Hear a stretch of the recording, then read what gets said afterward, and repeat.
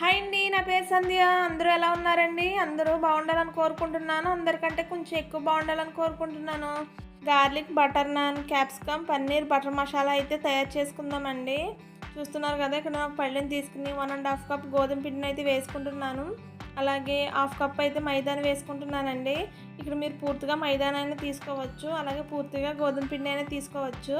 ఇలాగా కొంచెం కొద్దిగా మనం మైదాని యాడ్ చేసుకోవడం వల్ల గోధుమ పిండిలో సాఫ్ట్గా అయితే వస్తాయండి నాన్స్. అలాగే హెల్త్ పరంగా కూడా గోధుమ పిండి మంచిది కదా. ఇప్పుడైతే టేస్ట్ తగ్గ సాల్ట్ని అయితే యాడ్ చేస్తున్నానండి పిండిలోను.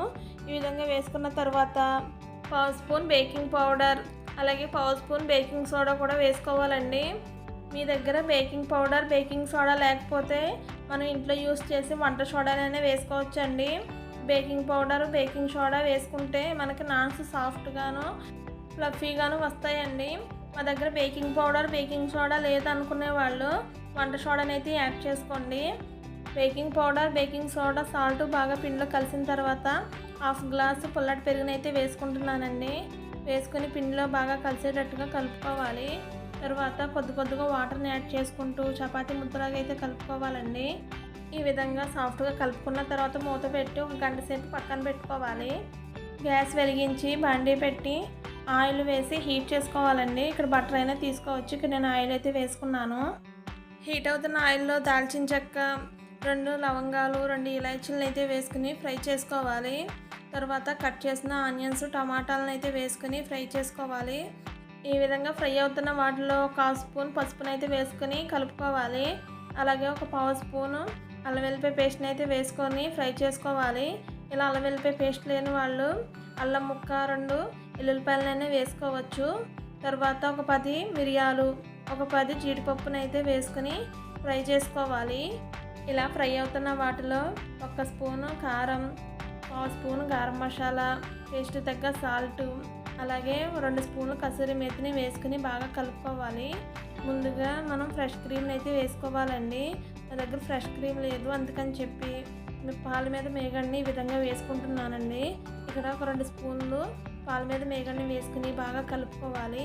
ఈ విధంగా కలిపిన తర్వాత 1 నిమిషం ఫ్రై అవనిచ్చి గ్యాస్ స్విచ్ ఆఫ్ చేసుకుని చల్లగా అయ్యే వరకు పక్కన పెట్టుకొని మిక్సీ అయితే పట్టుకోవాలండి, మెత్తని పేస్ట్ లాగా. తర్వాత గ్యాస్ మీద మరో బండి పెట్టుకుని 2 స్పూన్లు వెన్నను అయితే వేసుకోవాలండి. వాటిలో కట్ చేసిన వెల్లుల్లిపాయ ముక్కలను అయితే వేసుకుంటే మనకి గార్లిక్ బటర్ అయితే రెడీ అవుతుంది. దీన్ని బాగా మరిగించి చల్లారించి పక్కన పెట్టుకుంటే గార్లిక్ బటర్ రెడీ. ఇప్పుడు గ్యాస్ మీద మరో బండి పెట్టుకొని ఒక 2 స్పూన్లు బటర్ని అయితే వేసుకోవాలి. 1 స్పూను ఆయిల్ని కూడా వేసుకొని హీట్ చేసుకోవాలి. హీట్ అయిన తర్వాత కట్ చేసిన పన్నీర్ ముక్కలను అయితే వేసుకోవాలి. వేసుకుని ఒకసారి ఫ్రై చేసుకోవాలి. అలాగే కట్ చేసిన క్యాప్సికమ్ ముక్కలు, టమాటా ముక్కలు, అలాగే మనం ఒలిచి పెట్టుకున్న స్వీట్ కార్న్ కూడా వేసుకుని ఒకసారి ఫ్రై చేసుకోవాలి. వాటిలో తగినంత సాల్టు, ఒక 2 స్పూన్ల కారం, కొద్దిగా పసుపు, అలాగే పావు స్పూన్ గరం మసాలాను కూడా వేసుకుని కలుపుకోవాలి. మీ దగ్గర మిరియాల పౌడర్ ఉంటే వేసుకోండి. నేను ఆల్రెడీ మిరియాలు కర్రీలో వేసేసాను పేస్ట్లోను. ఈ విధంగా వేసుకుని ఫ్రై చేసుకోవాలి. తర్వాత ముందుగా పేస్ట్ చేసి పక్కన పెట్టుకున్న ఆనియన్, టమాటా పేస్ట్ని ఈ విధంగా వేసేసుకోవాలి. వేసుకుని కొద్దిగా మిక్సీ జార్లో వాటర్ని యాడ్ చేసుకుని కలుపుకొని ఈ విధంగా వేసేసుకోవాలి. కర్రీలోను వేసేసుకుని ఒకసారి అయితే కలిపేసుకుంటున్నానండి. చూస్తున్నారు కదా, చూడడానికి ఎంత చక్కగా ఉందో. అన్ని వెజిటేబుల్స్ తోటి అలాగే పన్నీర్ తోటి చాలా టేస్టీగా ఉంటుందండి. ఒకసారి అయితే కంపల్సరీ ట్రై చేయండి. ఇప్పుడు మూత పెట్టి సిమ్లో ఒక 2 నిమిషాలు లేదా ఒక 3 నిమిషాలు ఉడికించుకోవాలి.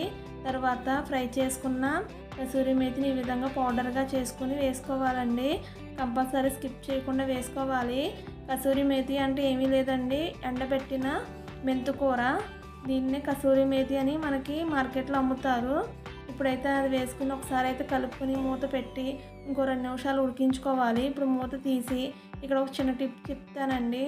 ఒక గిన్నెని అయితే పెట్టుకోవాలి. ఒక 2 బొగ్గుల్ని గ్యాస్ మీద పెట్టి కాల్చుకున్నవి ఈ విధంగా వాటిని గిన్నెలో వేసేసుకుని ఒక 2 చుక్కల ఆయిల్ని అయితే వేసుకోవాలండి. ఇలాగ పొగ వస్తున్నప్పుడు మూత పెట్టి 1 నిమిషం పాటు ఉంచితే మనకి ఆ పొగ అంతా కూడా కర్రీకి పెట్టి స్మోకీ ఫ్లేవర్తో డాబా స్టైల్లోను హోటల్లోనూ వచ్చినట్టుగా వస్తుందండి. ఫ్లేవర్ అయితేని ఇదైతే స్కిప్ చేయకుండా చేసేయండి. అంతే, tasty paneer capsicum sweet corn curry ready. ఇప్పుడైతే నాన్స్ తయారు చేద్దామండి. ముందుగా కలిపి పెట్టుకున్న పిండిని మరొకసారి 2 నిమిషాలు కలుపుకొని ఒక చిన్న బాల్స్ లాగా అయితే చేసుకోవాలి. చూడండి, ఇక్కడ నేను చేస్తున్నాను చూసారా, ఈ విధంగా బాల్లా తీసుకొని పొడి పిండిలో అద్దుకొని పొడవుగా అయితే చేసుకోవాలండి. నాన్స్ అంటే మనకి ఓవెల్ షేప్లో ఉంటాయి కదా, ఆ విధంగా అయితే చేసుకోవాలి. ఈ విధంగా చేసేసుకున్న తర్వాత ఓ పక్క అయితే వాటర్ని అప్లై చేసుకోవాలండి నాన్కి. చూసారా, చక్కగా వచ్చేసింది. ఇప్పుడైతే వాటర్ని ఈ విధంగా అప్లై చేసేసుకుని హీట్ అవుతున్న ప్యాన్ మీద అయితే వేసుకోవాలండి. చూసారు కదా, ఈ విధంగా వేసేసుకుని ఫ్రై చేసుకోవాలి. ఈ లోపు అయితే మనం ఇంకో నాన్ కూడా తయారు చేసుకుందామండి. చూసారా, చక్కగా పొంగుతుంది. మనం బేకింగ్ సోడా బేకింగ్ పౌడర్ వేయడం వల్ల లోపల సాఫ్ట్గా, పైన చూసారా పొంగుతూ చక్కగా అయితే వచ్చేసింది. ఇప్పుడు రెండో పక్క అయితే ఇలా నిప్పుల మీద కాల్చాలండి. మామూలుగా అయితేనే మనకు నిప్పులు ఉండవు కాబట్టి ఈ విధంగా గ్యాస్ మీద పెట్టి ఈ విధంగా కాల్చుతున్నాను, నేనైతే ఫ్రై చేస్తున్నాను. మీకు ఎలా వీలైతే అలా చేయండి. ఇప్పుడైతే దానికి ముందుగా రెడీ చేసి పెట్టుకున్న గార్లిక్ బటర్ని అయితే ఈ విధంగా అప్లై చేసేస్తున్నాను. చేసుకుని మనం కర్రీతో సర్వ్ చేసుకుంటే tasty garlic butter naan capsicum paneer sweet corn butter masala ready. మీకు ఈ వీడియో నచ్చితే please comment, like, share, subscribe. Bye.